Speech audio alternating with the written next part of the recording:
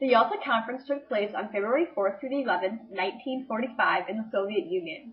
They met to discuss worldwide issues after World War II. The leaders at the meeting were Joseph Stalin of the Soviet Union, Winston Churchill of Great Britain, and Franklin D. Roosevelt of the United States. They mainly discussed the fate of Germany and Poland. Unfortunately, this conference was not as simple as it seemed. The big three leaders often disagreed on what to do with post-war land. Roosevelt often acted as a third party between Churchill and Stalin, trying to maintain a relationship between both powerful leaders. This is when Winston Churchill made a famous speech. I know that under the leaders of the three powers as represented here, we may feel safe. But these leaders may not live forever. In 10 years' time, we may disappear. A new generation will come which did not experience the horrors of war and may probably forget what we have gone through. We would like to secure the peace for at least 50 years. We have now to build up such a plan that we can put as many obstacles as possible to the coming generation quarreling among themselves. In the end, many results were achieved. First, Germany was split into 4 temporary zones, for the U.S., Britain, Soviet Union, and France.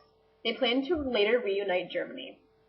Next, Germany would be demilitarized and denazified, meaning that they would reduce the army size and weapons of Germany while also reducing the National Socialist influence.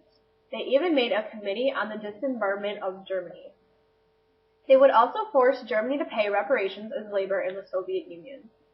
On the other hand, Poland would receive land in the west from Germany, and the eastern border would be the Curzon Line.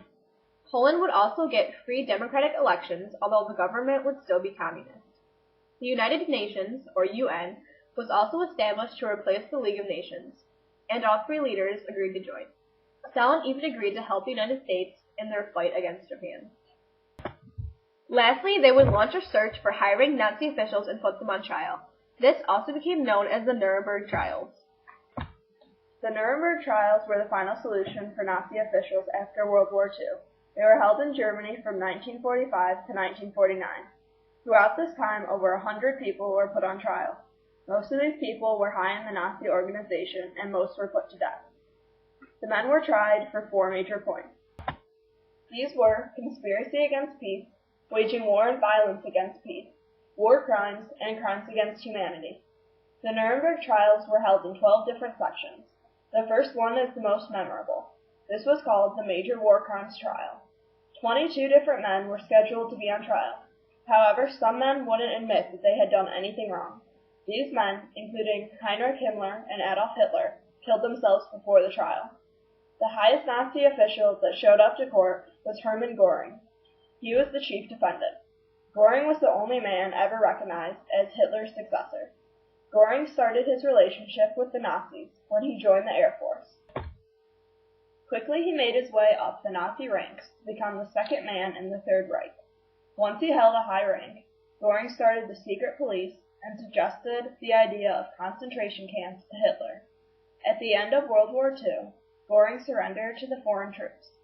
Following the surrender, Göring was taken to court. At this court, Göring did not hide anything. He was harsh and did not apologize. Whenever he was questioned on his wrongdoings, Göring only stated that it was necessary. Finally, when the 4-day examination ended, Göring was found guilty of all 4 points. Göring was sentenced to death by hanging. He managed to escape this fate by committing suicide. In the end, only a handful of people were released from these trials. The Nuremberg trials were the final conclusion to World War II. They brought peace of mind back to the European public. No longer did men, women, and children have to fear for their lives as they went to sleep.